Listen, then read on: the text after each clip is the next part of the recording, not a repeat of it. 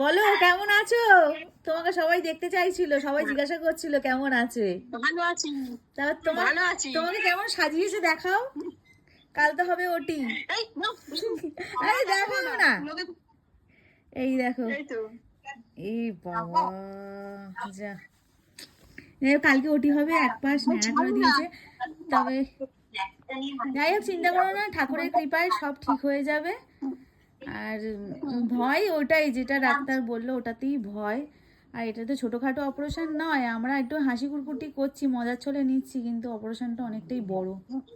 বলছি তুমি কেমন বুঝেছো, আছো? কালকে সকালে কিছু ভাত টাত, হ্যাঁ বলছি কাল সকালে আলু ভাত, ভাত অন্তত ডিম ভাতে করে খেয়ে আসবে ঘি দিয়ে।